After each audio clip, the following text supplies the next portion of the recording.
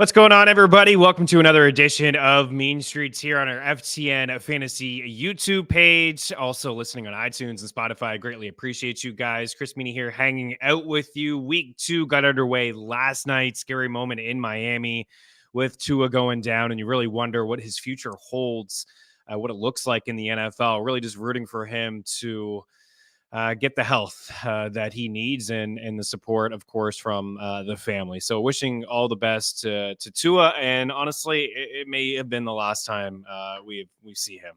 And it may be for the best, but rooting for Tua, you certainly don't want to see that. It was certainly rough to watch. Today on this show, we are going to talk about the games this weekend. We'll be back on Monday to really tee up the Monday Night Football game between the Eagles and the Falcons. Battle of the Birds there at the Link, home opener for Philadelphia as they welcome Kirk Cousins and the Falcons to town. Today, we're going to talk about my favorite props. We have some touchdown calls, start and sit. Answer any start and sit questions that you guys have. Just leave them in the comments section. I will always circle back in these videos. Reach out at Chris Meaney. DMs are open. Slide on in. meanstreetsftn@gmail.com as well. So any start or sit questions that you guys have, by all means, hit me up. Rankings are live. They're updated with some of the injury news that we heard on Friday. No T. Higgins. At least he's doubtful. Hollywood Brown placed on IR. It sounds like he could actually miss maybe the entire season.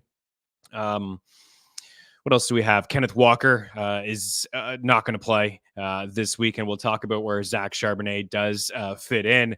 But those are the biggest injuries heading into this week, and we will talk, like I said, some start and sit stuff and some touchdown props. But Mean Streets has a new sponsor. We talked about it last week with Boom Fantasy. We had 2 picks from Boom Fantasy that we had. Luckily, we got right. We had James Conner over, I believe, was 12 and a half, maybe 13 and a half rushing attempts. And then we had Tony Pollard over 9.5, 10.5 receiving yards. So let's see what we have cooked up this week. A shout out to Boom Fantasy and my guy Quan. Here we go. All right, so boom. I won on the pick and spin with Boom Fantasy last week, but I didn't win 500 times my entry. So I'm back. With Boom Fantasy's pick and spin, you pick 2 players, spin the wheel, and win. It's that simple. This week, I'm going Jameson Williams over 45.5 receiving yards and Alexander Mattison over 12.5 receiving yards. Download the Boom Fantasy app on Android or iOS and tune in each week to Mean Streets to see if I pick and spin and win.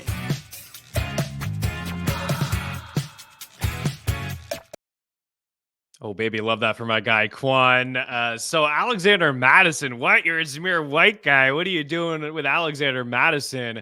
The over on the receiving yards. So Zamir White did outcarry Alexander Mattison last week, 13-5, but Mattison had 60% of the snaps. Zamir White had 34% of the snaps. And they were playing from behind in that game. They're nearly 9-point dogs, 10-point dogs on the road in Baltimore. So I think this could be a tough game again for Gardner Minshew and the Raiders. And I do expect Zamir White to be the lead and get more carries than Alexander Mattison. And Alexander Mattison may just be suited for this role. Last year, when Dalvin Cook left Minnesota, it was all Mattison. And a lot of people were excited about him getting a full workload, and he didn't really produce. He wasn't super efficient. Part of it was on the offensive line in Minnesota. I don't think he scored a rushing touchdown. He ended up really losing his job to Ty Chandler, and then the Vikings went out and acquired Cam Akers. Mattison may just be suited for like a change of pace role. It certainly seemed like he's the third down back in this offense. So as 10-point dogs in this game, and last week seeing Alexander Mattison rack up 4 catches on 6 targets for 43 receiving yards, we should be able to get the over on the 12.5 receiving yards, whether it's garbage time stuff or third down, 2-minute drill situations. It should be Alexander Mattison on the field over Zamir White. And listen, I'm not feeling too good about my Zamir White shares. I would hold him, but I wouldn't play either one of these backs, but we can dive into those props. The other prop there was Jameson Williams. Right, we're just in on the Jameson Williams breakout. I know he popped up on the injury report today with an ankle injury, questionable. I do expect him to play here this weekend. And last week, a career high in terms of targets. He had 9 catches, 134 total yards. We had the over rushing and receiving for Jamison Williams last week over at FTN Fantasy, and we hit that one, I believe, in the second drive from the Detroit Lions. The Rams did a great job of taking away Amon-Ra St. Brown. Amon-Ra is going to get his, and anybody who has any doubts about Amon-Ra, don't worry, play him, and do not trade him, do not make him available. And who knows, man? People like to overreact to go and acquire or check in on the Amon-Ra St. Brown owner just to make sure he's feeling all right. But 3 touchdowns in his last 2 games. And I said, I think last week when we were talking about him, we had him on the show to score a touchdown, and he did. I was saying the breakout, it felt like it was coming towards the end of last season, the NFC Championship game, Conference Championship game against the Niners. He had a rushing touchdown, had a receiving touchdown. He's averaging 60 receiving yards over his last 7 matchups. He can get to the 45.5 on one grab. We saw multiple 40-plus 50-yard touchdowns from him at Bama, and then we saw one in week 1. So the over there, and plus the matchup is right. It's one of the highest totals in the week. Lions and Bucks in the Dome in Detroit. And the Bucks were top 10 last year in allowing catches and receiving yards to wide receivers. So we do like that matchup. Good luck. Download Boom Fantasy, the app. Use promo code FTN. Here's the other props that I am in on here. Cooper Kupp over 84.5. So I put these numbers in right away. There may be a little bit of movement. I'd take Kupp as high as 90. 95. Like, I think this guy is he's going to hit the century mark almost every single week. And it does sound like the Rams avoided a scare earlier in the week. It looked like as many as 3, possibly 4 offensive linemen would be gone from this game, but it does sound like maybe just down 1 offensive lineman here. So 21 targets, 14 grabs, 110 yards. He's not going to get that type of work. 72% target share topped everybody in week 1. But I want to go back to 2021. Now, we are a couple years removed from that fantastic season between Cooper Kupp and Matthew Stafford en route to a Super Bowl, and Kupp being fantastic all year long. But he topped 85 yards in 16 of those 17 games in the regular season. He hit the century mark in 11 games. He had 7+ targets in every game. He had 10+ in 14 of 17. He had 7+ grabs in 15 games. He had nearly 2,000 yards that season through the air, 191 targets, 145 grabs, and 13.44 yards per catch.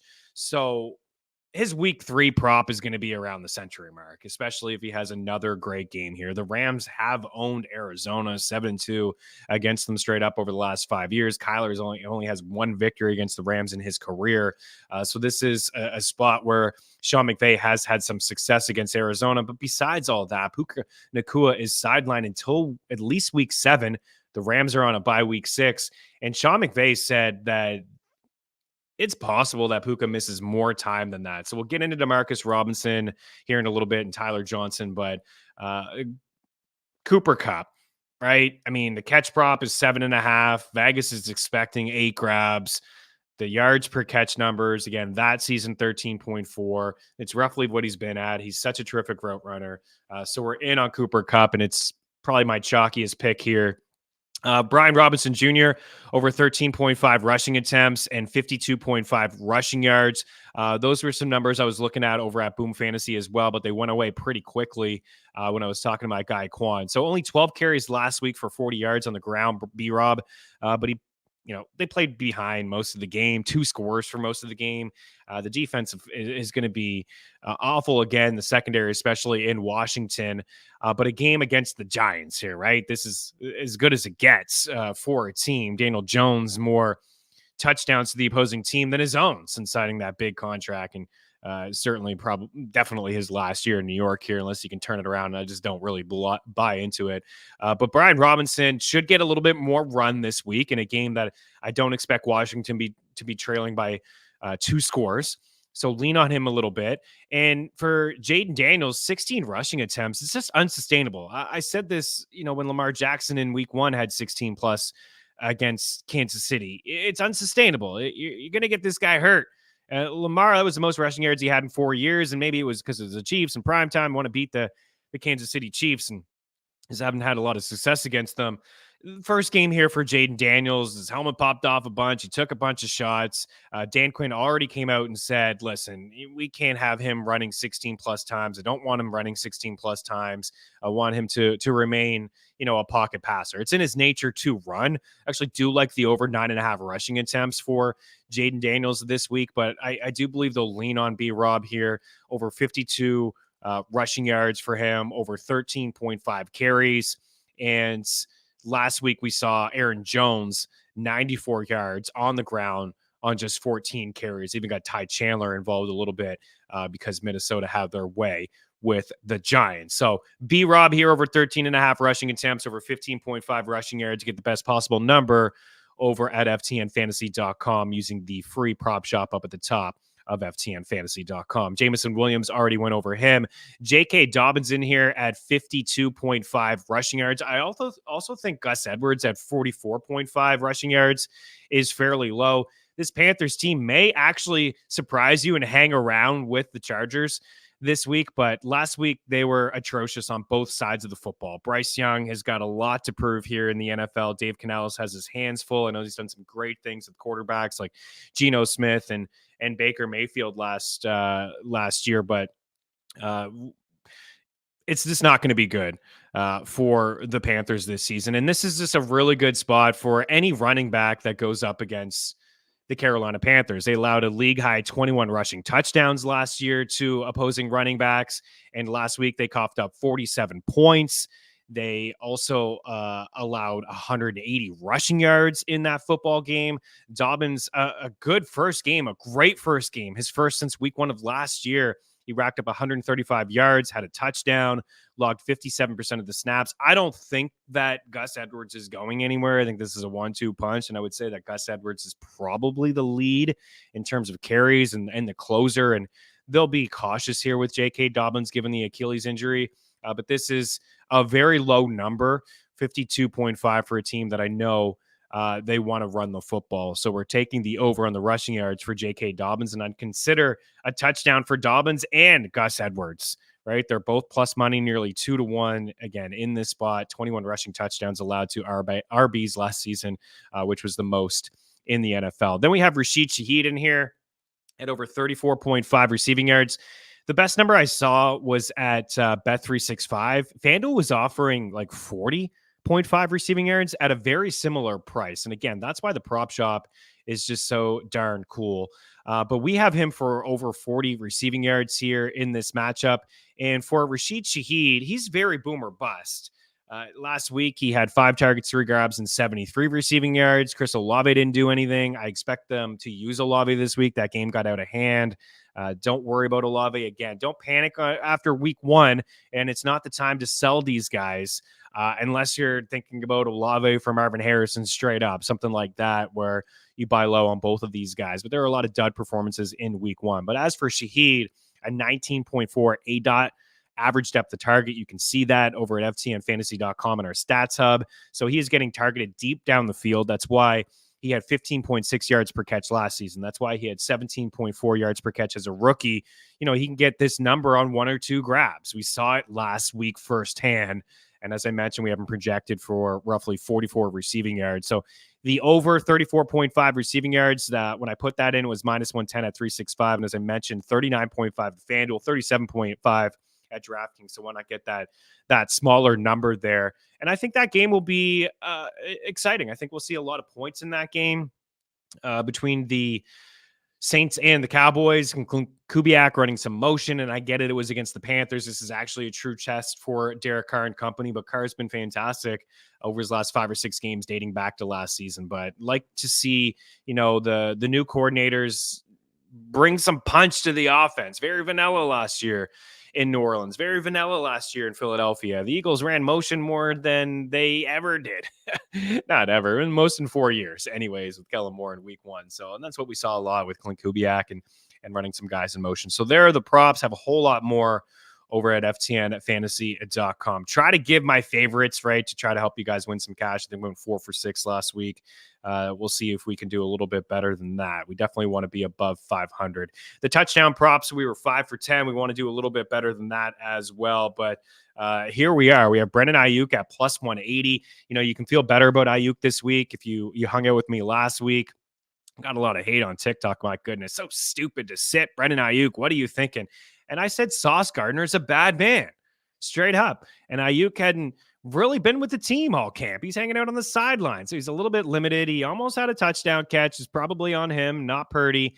But plus 180 this week against Minnesota. He's got one of the best matchups according to our wide receiver cornerback matchup tool as well. So feeling pretty good about Brandon Ayuk. I have him ranked as a top 15 wide receiver. No Christian McCaffrey again. In fact, the second best matchup in our wide receiver cornerback matchup tool after CeeDee Lamb for Brandon Ayuk. So fire him up in your fantasy football lineups. See if you can buy low on Mr. Ayuk. We're going back to JMO, right? I mean, it's JMO season. I guys know, like, I got a crush on this guy. So I'm just in. You know, plus 165. I actually think because of the ankle injury, I saw plus 175 before I came on. I gave these numbers in the Discord yesterday. And to my guy, Fox, shout out to Fox for making these sharp graphics here. Chris Godwin at plus 245. Last week we had Mike Evans. Mike Evans has a plus 5 matchup. Chris Godwin has a plus 12 matchup. I think that this is going to be a high scoring game. I think Detroit's going to play in a lot of high scoring games, especially in the dome. So I like Godwin here. I think it's a good number at plus 245. I think Mike Evans, you know, is a good bet as well to score a touchdown. There are a few guys that are left off this board. For example, like, I think Derrick Henry is going to score a touchdown. I think Cooper Kupp is going to score a touchdown. I think Mike Evans is going to score a touchdown. I think CeeDee Lamb is going to score a touchdown. Like, those 4 guys, you want to put them into a parlay, a 2-leg parlay. I think that those 4 guys find the end zone this week. I'd also bank on Saquon Barkley to score a touchdown as well. How can you not roll with Saquon after 3, the hat trick in his Philly debut? But the numbers weren't great for those guys. So I'm trying to find some value, and I think there's some value here with Chris Godwin. Rashid Shaheed, as I mentioned, the high ADOT. I think it's a high-scoring game. I think we'll see Derek Carr take at least 2 shots a game down the field with Rashid Shaheed. He's a burner. He's got that high ADOT. And Carr's got a decent deep ball, man, and he's pretty accurate. So plus 300 is a really good number for Rashid Shaheed. I believe in what we saw last week from Isaiah Likely. I believe in what we saw from him down the stretch of last season, scoring touchdowns when Mark Andrews was sidelined. I also believe that the Chiefs did a great job of taking away Mark Andrews in that game, and they've had a lot of success doing that. But at the same time, both of these guys are going to be on the field. We saw that in week 1, very similar in terms of snaps and running routes. Isaiah Likely's also a great run blocker, and he is a big body inside the red zone. This game could get out of hand. I expect it to be a big Derrick Henry game, less touches for Justice Hill. I know Harbaugh said they didn't bring in Henry to give him 30-plus carries a game. This is that type of game. His rushing attempt props at 17.5. I think we see him with like 20-plus carries in this game. But Lamar is going to throw the football in this game, and Isaiah Likely at plus 270. We had this in week 1 on Thursday Night Football. We had him to score a touchdown. We had 95-1 for him for 2 touchdowns, and he just missed. He had his toenail on the paint there. So Isaiah Likely plus 270. I still think that's a pretty good spot. Demarcus Robinson at plus 250. He was scoring touchdowns towards the end of last season as well, and that was with Puka Nacua healthy. Cooper Kupp, I don't think, was fully healthy, but he was playing. But Demarcus Robinson certainly had a role, and his role is going to grow here with Puka Nacua sidelined for the next few weeks. He played 72 of 78 snaps, 79 snaps in week 1. According to our FTN wide receiver cornerback matchup tool, he's got Starling Thomas this week, and Thomas allowed the 4th most yards per route run covered in week 1. So again, I think Cooper Kupp scores a touchdown. Kyron Williams is going to get a ton of run in this game as well. Stafford likes to chuck the football. I think this is pretty good odds for Demarcus Robinson, who, by the way, had more end zone targets than Cooper Kupp and Puka Nacua over the final 4 games in the regular season, and was involved against the Lions in that playoff game. I'm going back to Gus Edwards. Those that are hanging out here on the YouTube page, you see these are the picks last week. We had Cooper Kupp plus 140, Evans plus 135, Zach Moss plus 150. We had Brian Thomas Jr. at plus 290. You had Jameson Williams at plus 240. You had Gus Edwards there at plus 250. I wish I went with J.K. Dobbins, but as I said earlier, I think both guys are in play. I think Gus is plus 185 here, and J.K. Dobbins is around plus 160. I said earlier about the matchup against the Panthers. Ladd McConkey, plus 260. Fire up, Ladd. I like the catch prop again. Plus money over 4.5. It was plus money over 3.5 last week for Ladd McConkey, who led the Chargers in his first NFL game. And this is why we liked him, right? Not just because Keenan Allen and Mike Williams and Darrell Everett and Austin Eckler are gone, and that's like 2,000 total yards of receiving yards that are gone, and Mike Williams was limited to like 2 or 3 games. But in his first game, team high, 7 targets. He had 5 grabs. He had 39 yards. He had a touchdown. How about the nifty footwork that he had, right? And that's a part of why I like him, right? He's shifty. He's got great hands. He's a great route runner. You can see the footwork after the catch, right? He juked 2 guys and he found the end zone. Palmer should see a little bit of J.C. Horn this week. They will run on Carolina, but I do expect Ladd to look like right away and Herbert's favorite target immediately in week 1. So Ladd McConkey there, I think pretty good odds at plus 260. His touchdown prop in the season was 4.5 plus money. We'll see if we can get there. Marvin Harrison Jr., I thought that it would be a little bit more of a better number, as a long shot, but books think he's going to get involved here. I don't think like it's going to be a squeaky wheel type thing where, Kyler just goes to him right away and early and often. But I think that he's going to get more run. That was their first game together. There was a disconnect on the first play, the first target. I think he thought it was like a go route and it was a comeback, or at least that's what Kyler thought. And then there was a bad drop. And then Kyler was like, all right, I'm going to other guys here. But plus 190, I think he makes for a good buy low candidate. I do have him ranked as a low end wide receiver too. Like I certainly don't have him ranked near his ADP at like wide receiver 12. He's more like 25, 26. So I think there's a world where you could sit him in a 2 wide receiver league. Of course, that would be a shallow league, but I do believe he's a good buy low candidate here. But plus 190 for Marvin Harrison Jr. And then how could I not go to Allen Lazard at plus 370? He had the 2 touchdowns. One came in garbage time with Tyrod Taylor. And Aaron Rodgers really only throwing to the left side of the field, but a 30% target share for Lazard, for Garrett Wilson. I just think this is a good number. And Allen Lazard in the final year in Green Bay, I mean, he had a ton of end zone targets. And in Devontae Adams' final year, Lazard actually had more end zone targets than Devontae Adams, if you can believe that. This is BFF and Rodgers, right? He brings over all of these guys and Randall Cobb and Nathaniel Hackett and a bunch of other dudes, but plus 370. I said last week, I do have respect for the Titans secondary. I said that, and I still believe it. Awuzue and L'Jarius Sneed, they got some guys that can play, and they made life for Caleb Williams in his NFL debut pretty rocky. It was a rocky start for him. I think he had 93 passing yards. He was sub 100 across the board. Passing yards were down. I just think it was week 4 of the preseason. I think we'll see some better offenses here in the NFL, but we're also seeing like 2 high safeties. It's like, the defense that teams employed when they played the Chiefs.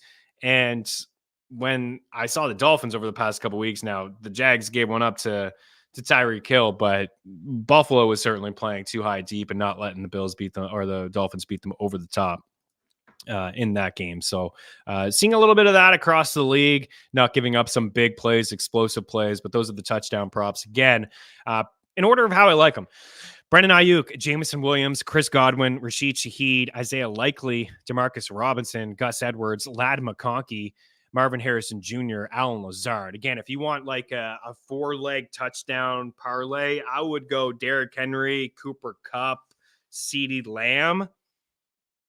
I'd probably just leave it at that, but you can put Saquon in there if you wanted to. And another guy that I think will score a touchdown this week is Mike Evans. So those are the touchdown props. Let's get to the starts and sits. Of course, you can reach out at Chris Meaney if you have any questions. Every league is different. We won't league shame here. You can leave the comment in the comment section or mean streets at FTN at gmail.com. So Jared Goff was a start last week. It wasn't fantastic showing from him, only 13 fantasy points. I do expect a better performance from him. And like I said, I think we'll see a little bit more from Amon-Ra in this game as well. This is a better matchup. The Bucs were among the leaders in allowing fantasy points to wide receivers and quarterbacks last season, and they still have some holes in their secondary. Inside the same game, again, a very high total, 51 points here. Baker Mayfield at Detroit. Mayfield finished fourth in passing yards last week, and his 4 passing touchdowns resulted in a QB2 finish overall. Shake and bake, baby. 10 passing touchdowns for Baker in his last 3 games, and at least 2 passing touchdowns in 7 of his last 8. Godwin scored. Evans scored. Those 2 guys are studs. Jaleel McMillan looks like he's a player as well. Rashad White catching balls out of the backfield. Bucky Irving's a player that they picked up in the draft that looks like he's going to be a factor this season. So Baker is in there. He's in there. We'll get to it. There's some guys that I'll bring up that I would start over him, but Adams a top 15 quarterback. So I think he's certainly startable. Justin Fields, I don't have him as high as Jake. Jake had him as like a borderline, top 10 quarterback. He runs, of course. We do have him projected for lower, fewer fantasy points than Baker Mayfield. 40 some odd yards is what you can expect. They didn't score any touchdowns last week. He did, have some nice throws there to George Pickens. Pickens should have his hands full with Porter Jr. That should be a good matchup. No, that it won't be Porter Jr. He doesn't play against himself. It would be Surtain. Excuse me.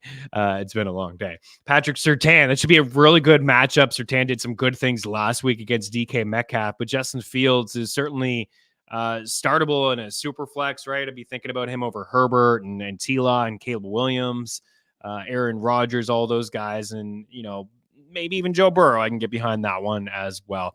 But those are the 3 quarterbacks there. Other guys here. I mean, Jordan Mason, we know CMC's ruled out. Obviously, you're starting Jordan Mason. I had him originally at RB5. That may be a little bit crazy, but he's a top 10 running back, right? I mean, if you are not starting him, congratulations, because you have some unbelievable running backs. I'm sure it's possible. Like, you could have picked up Mason late in your draft. And then, you started with like either a Saquon, a Breece Hall, a Bijan. Maybe you got Mixon in the 3rd round. Maybe you started James Cook. Like, you could be in a really good spot, but I got him as a top 10 running back, and he just had a ton of carries last week, and they'll probably lean on him again. And I don't expect Sam Darnold to go in and beat up on his former team. Or rent spot for the old boy, but I think it's going to be tough, a lot tougher than it was last week. I already talked about J.K. Dobbins and Brian Robinson Jr. in there. Tony Pollard. So I think that the run defense will be a lot better this week with the Jets, because Will Levis is going to have to prove that, at least to the secondary, that he can throw the football and he can move the football. Of course, when you're stacking boxes against the Niners, you got all those weapons, you can get burned. But the rush defense wasn't good. But we could see a little bit more Tajay Spears in this game. He was on the field in most 3rd down and 4th down situations last week.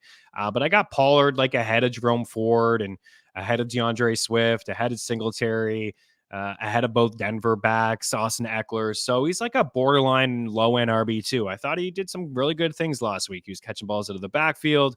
I don't expect a lot of offense in this game. But Pollard, I think, is at least a flex play for you. I liked what I saw from him last week. And who knows? I'm just expecting the Jets' run defense to be better. They didn't really get a lot of pressure, but Will Levis is probably in for a long day. And I think they lean a little bit on these 2 backs that can catch it to the backfield and run the rock there.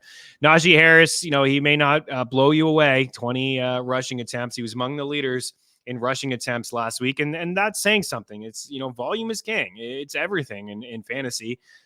You want him to be more efficient. 20 for 70, 8.4 fantasy points is not great. The 1 catch, Fields is going to run, but this is a good matchup. Last year among the leaders, I think top 3 in fantasy points allowed to running backs. And you saw Walker and Charbonnet have some success last week against the Broncos. So I think that they'll run the football. Najee, Fields, and Fields in is bad news for Warren. We'll get to that in a bit, but he's more willing to, run 2 or 3 yards as opposed to dumping it off or checking it down. So volume is is everything here in this matchup. Ayuk, again, feel good about going back to him. Chris Godwin, absolutely. Jameson Williams, Lad McConkey, and I mentioned Demarcus Robinson in there.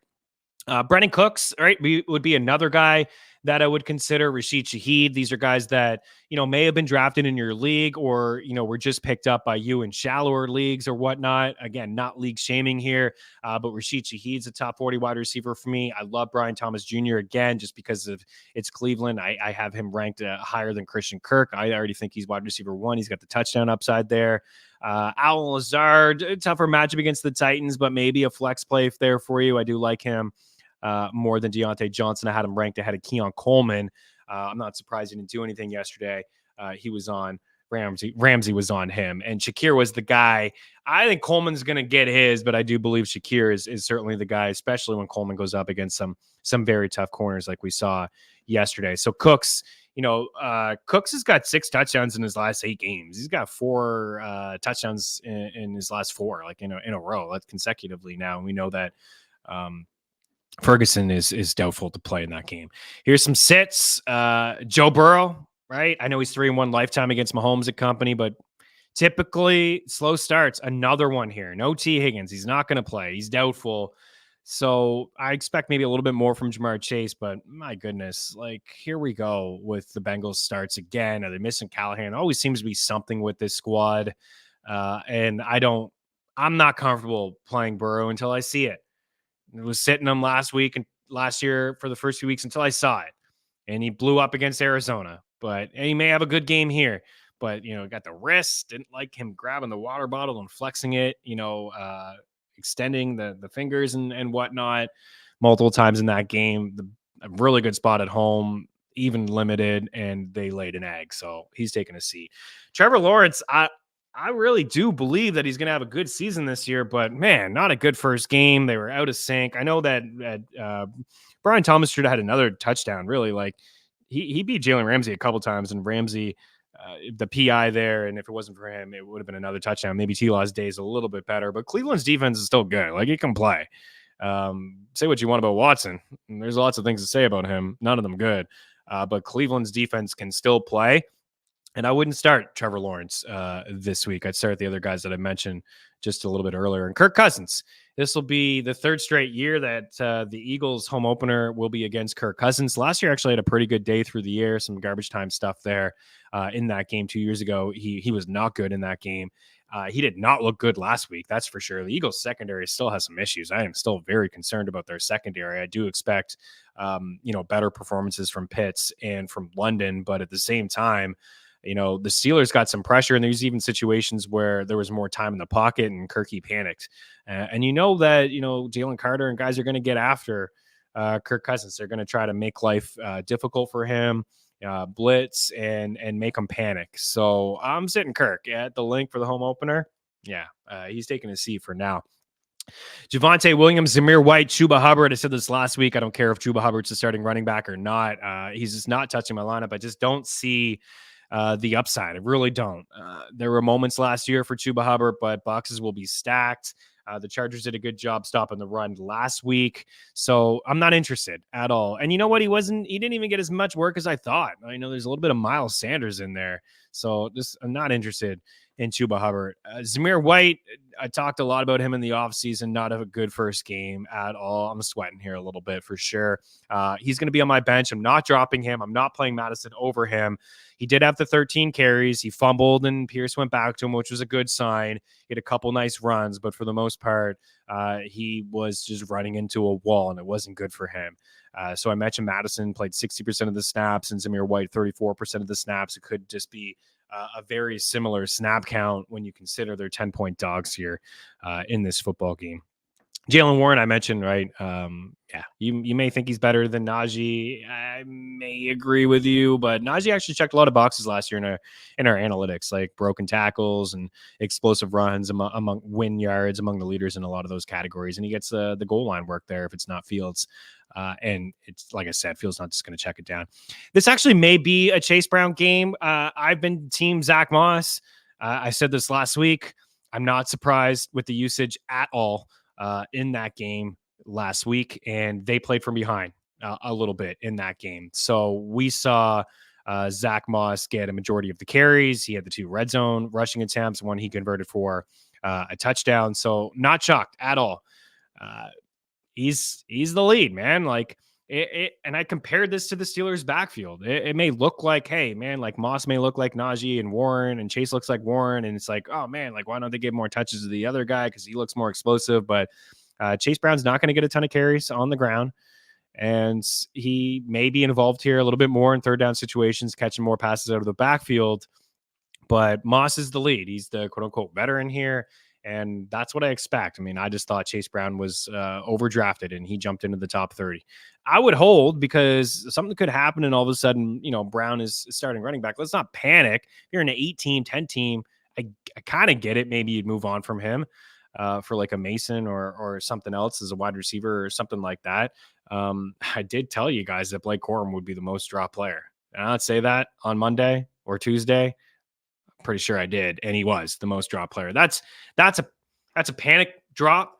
What I'll say about that is you took him in the middle rounds in the 8th round. You didn't take him there to drop him right away. You didn't. You felt like this would be. I mean, I'm just trying to justify the pick in general. I like Blake Corum. I think he could have a role. He didn't touch the ball at all in the first game, and it was Ronnie Rivers getting touches. I assume people drafted him because of Kyren, not the punt return stuff, because that's just ludicrous talk. I mean, come on. He returned punts last year, too. How many punts is he going to return this year? Like they returned like 20 as a team last year, and they went away from him. And Corum's returning kicks, so that's just silly. The reason you probably drafted him is because Sean McVay has always drafted a running back and he's always thrown curveballs. And this time last year it was Cam Akers and then the surprise like cut or whatever and doghouse and active. And then it was a lot of Kyren. But Kyron's had multiple injuries as well. So, if anything happens to Kyren, you have a guy in Blake Corum who's going to get like 75, 80% of the snaps, right? So let's not overreact in week 1. The only way that it would have dropped him if it's like Jordan Mason was on the waiver wire. I'm in an 8-team or a 10-team league. I dropped him for somebody like legitimately good. But otherwise you picked him, in the 8th. And at the same time, like, don't get me wrong, you can fall into a trap of just holding somebody because you spent a high pick on him. Like, oh, I drafted him the 8th. You're here in week 6. Well, I dropped him the 8th. I can't cut him. Like by then you could move on most likely, but he's a stash. That's it. Like Jalen Wright, he's a stash. And they're good stashes because Achane was great on Thursday night, but Mostert's already hurt. If Achane goes down, Wright's getting more run. Wilson got hurt in that game last night as well. So good offenses. They're stashes. Cam Akers rookie season, Javonte Williams rookie season. Like I had a lot of shares of these guys, won a lot of constellation brackets. Didn't work out for me, but if my teams were better, they would have helped me win championships because they were great down the stretch of the season. So just be patient. And it really does depend on context and who you're picking them up for. I understand you picked them up for Mason. It seems like a pretty good pick because I'm really concerned about Christian McCaffrey. There's reports that he could be placed on IR and Friday was his worst day yet. Achilles tendonitis. Not good. I'm not here to say I told you so. I'm heavy wide receivers. I don't have any CMC, but if I picked first overall in any drafts, I probably would have went there. So I do feel your pain. Hopefully you have Jordan Mason. And if you are set at running back and you have Mason, the asking price better be high. You know what I mean? Like you got to be stern with, you can't just give him up. You can't give him up. The CMC owner desperate. Teams are going to be super desperate if they start 0-2, 0-3 in fantasy. That's where you can really take advantage of your league mates. But scan the waiver wire because there's usually some bad drops, and Blake Corum may be one of those bad drops. Again, it's tough to hold a guy that doesn't get any touches, but it was just his first NFL game. Sidebar there, big time. So I kind of feel the same about Chase Brown.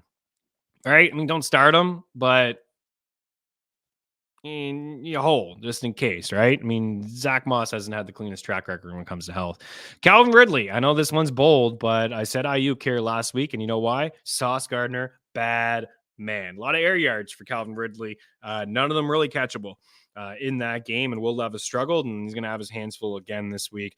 Cortland Sutton, there's that matchup against Joey Porter Jr. A ton of targets. I can understand maybe playing him as a flex. Like, I didn't think Bo Nix would throw the football as much as he did.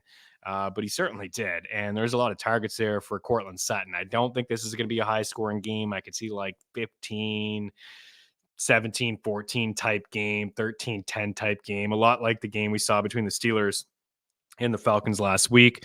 But yeah, it's one thing to have targets, but are those catchable targets? There's some better options out there. I mentioned Cooks, JMO, Rashid Shaheed, Demarcus Robinson, Lad McConkey, Brian Thomas, even Kirk against Cleveland. You're definitely starting Tank Dell, Worthy, Hollywood. Terry McLaurin had a dud game. I'd still go Terry over him.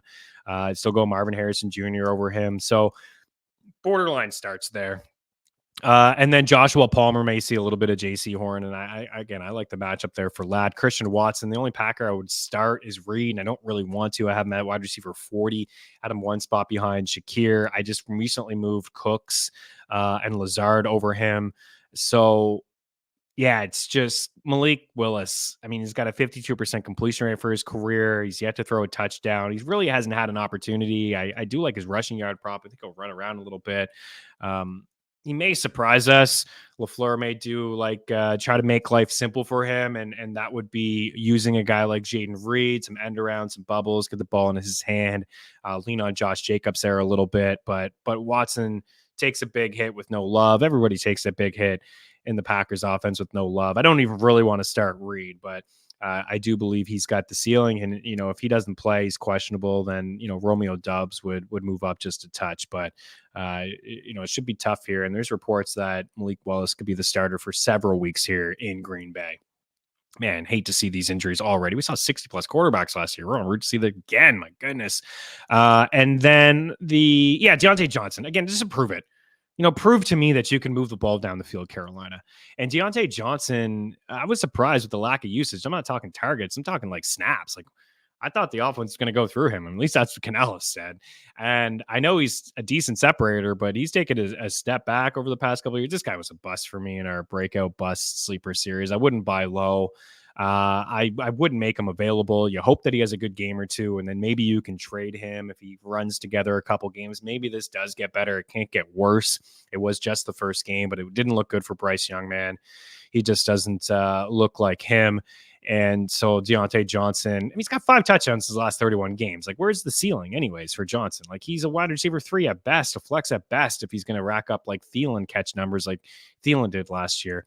And then Javonte Williams, I mentioned, I was really surprised with the usage, as I mentioned, the pass attempts there. But when I looked at Denver's backfield, Javonte played 52% of the snaps and McLaughlin played 34%, but the carries were in favor of McLaughlin. He had more, and he had 15 opportunities to 10 opportunities for Javonte. That was pretty surprising. I'm not surprised that McLaughlin is involved. I expect him to be involved. He's a good pass catching back, and Estime's on the IR, and they got rid of Pirine, who had 50 grabs.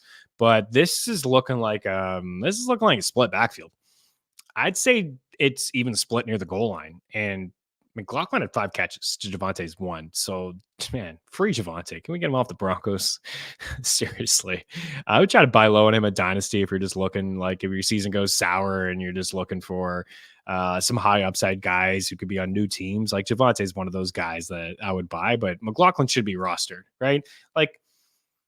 I would consider maybe, it depends. Like, if you're picking up McLaughlin as your 5th back, then you keep Corum. But if you're looking pretty thin at the running back position, Corum's your 3rd, your 4th, I'd maybe move on from him for McLaughlin. That's a move I can maybe get behind, because McLaughlin's a guy that I think you could play, right? You can play as a flex play. We get into bye weeks and stuff. I think we'll be talking about him as a flex play.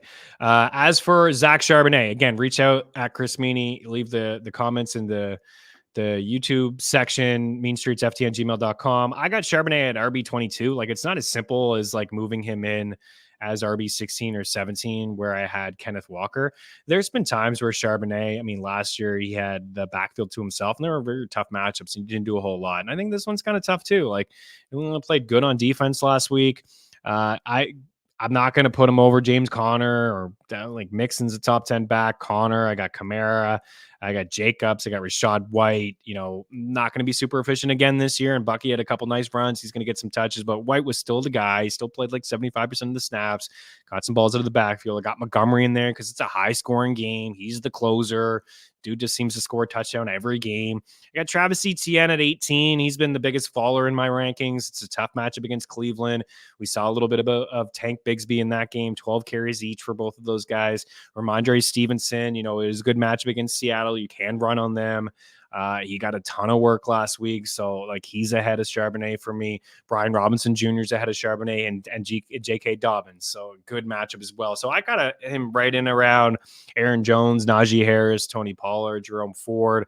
I got respect for the Jags rush defense. Ford caught a bunch of balls out of the backfield. Don't expect a whole lot on the ground from him, but he could catch 5 or 6 passes. Again, it's possible. With no Njoku there. But some of those catches did come in garbage time. Jones has a tough matchup against San Fran. But that's where Charbonnet is. He's a low-end RB2 for me. Really, excited for him because I think he does have some bell cow abilities, but not the best spot. And again, it's not that simple just to replace him in for Kenneth Walker. So any questions, hit me up, guys. Picks, props, all that good stuff. Oh, yeah, here on the way out. This is what I have for my card. I got San Fran -5. Some people out there that are picking the Vikings straight up, which really does surprise me. Our model does lean with Minnesota covering that game, but I don't see it. Sam Darnold, he was good in that game. Completions were on point, but he really struggled. I think he's going to really struggle anyways against the San Francisco defense. A different beast here. Tampa +7.5. I think that they hang around with Detroit. They hung around in that playoff game last year. I think they can hang in this game. Saints +6. I'm, last week, sure, the offense was against Carolina, but I like them to hang in this game. I'll admit, when I came on, I saw a lot of more questionable, Fuega questionable in that game. I'm still leaning with New Orleans +6. I wasn't going to hit up Fox and go with a new spread here, but San Fran 5, Tampa 7.5. I do have the lean there. 6. I do think we'll see some points. I got the over 45.5 between the Cowboys and the Saints. I got the under between the Jets and the Titans at under 41.5. I got the under between the Brownies and the Jags under 41.5 as well. Again, like I said last week, not going to come in here, with money line plays that are -300. Like I got to come in here with Baltimore and San Fran and the Jets. You see, I got the parlay there, the 3-leg parlay. I got San Fran, Baltimore, the Jets at +182. I'm going with Pittsburgh on the money line at -140. I'm going with the Colts on the money line at -141. Again, prop shop parlay calculator, your friends. And then my upset would be Cleveland. I was trying to think of an upset, and I think Tampa will hang, but I like Detroit to win the game. I think that the Saints could surprise us, but I do like the Cowboys to win the game. I don't think the Raiders are going to upset. I don't think the Titans at home will upset. Rodgers never been 0-2, by the way, but different green is wearing. I have a lean to Washington. It's -122. The Rams are +102. Like that's not really an upset. Don't think the Bengals are going to win. I like Pittsburgh on the road against the Broncos. I like the Texans at home against the Bears. I like the Eagles against the Falcons. I actually think the Falcons will cover the +6.5. I almost put them on the board here at 6.5. So, the upset for me, and I don't think it's Carolina against the Chargers. And I told you I'm not buying the Vikings takes here. So, and I also think Seattle will go on the road and beat New England. Really tight game. I think that one's going to be a field goal game, but I like Seattle. So I went with Cleveland because defense travels and the defense plays well. And Trevor Lawrence didn't play that great. I know Deshaun Watson didn't play good. So I think Cleveland at +3 for me is in play. And I think +138 is certainly in play there as well. In my own pool, my pick and pool last night was Buffalo. Told you guys that yesterday. Josh Allen owning Buffalo. San Fran. I'm picking San Fran. I'm picking Tampa. I'm going to pick Washington. I'm going to pick Cleveland +3. I'm going to go with the Raiders at -8.5.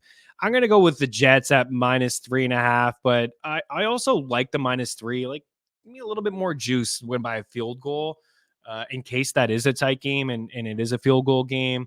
I don't mind paying a little bit of juice to get the -2.5 or something like that for the New York Jets. leaning here with the Saints +6. I know that's probably a loan in that take. But I think that the Saints offense is going to surprise some people this year. Seahawks -3.5. I did see a 3 earlier. I do see a 3 currently right now over at DraftKings and Bet365. I will be same sort of deal, right? Can you tease these down 2.5, 2.5? You tease down San Fran if you don't like them at you could do like a teaser parlay here with like Baltimore like 4.5. You can do like maybe KC 2.5. You can get San Fran down to 2.5. The Lions maybe down to 2.5, something like that. Anyways, we'll be picking Seattle. We'll be picking the Colts. I will pick the Chargers. That line's moved a little bit at 5. Yeah, Chargers didn't really impress me that much either, but Carolina, right? Prove it. You can score some points. I don't really see them scoring a lot of points in this game. I will lean with the Rams. They have a history of just having success against Arizona. One should be a fun game. Kansas City, I like Pittsburgh. And I am in on Houston -6. And then, like I said, I think the Falcons at +6.5. As for Survivor, not going to get too cute. Lucky to just survive last week. So like Baltimore as an option. Don't mind the Niners as an option. And the third option for me was, Kansas City. And I think Houston's in play as well. But yeah, I don't think the Ravens are going to lose this week to the Raiders. All right, guys, really do appreciate you taking the time to hang out here with me. Enjoy the weekend. Any questions, hit me up at Chris Meaney, and we will chat to you guys soon. Let the winners be yours. We'll talk to you on Monday. Cheers.